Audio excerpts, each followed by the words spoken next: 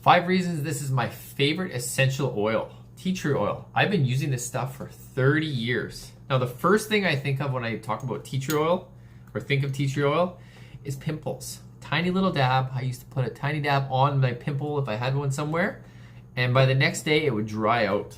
Better than any Clearasil.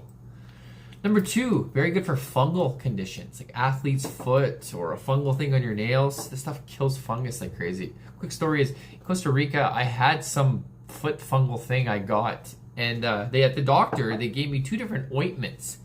After 2 or 3 weeks, the ointments were doing nothing.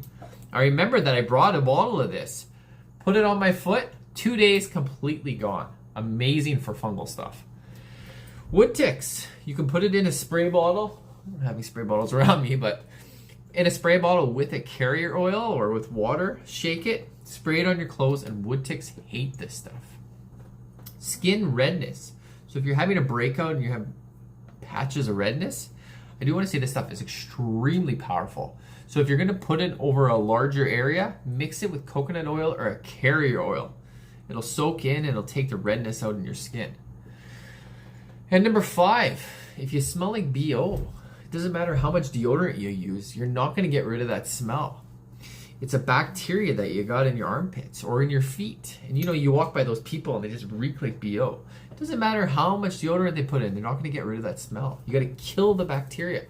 Rather antibacterial soap or tea tree oil. So tea tree oil works really good for that too. A couple dabs in your armpits. Honestly, this is better than any deodorant. It's going to kill the bacteria if you got it. So if you're into holistic health, tea tree oil is definitely something you want to keep in your medicine cabinet. Thank you.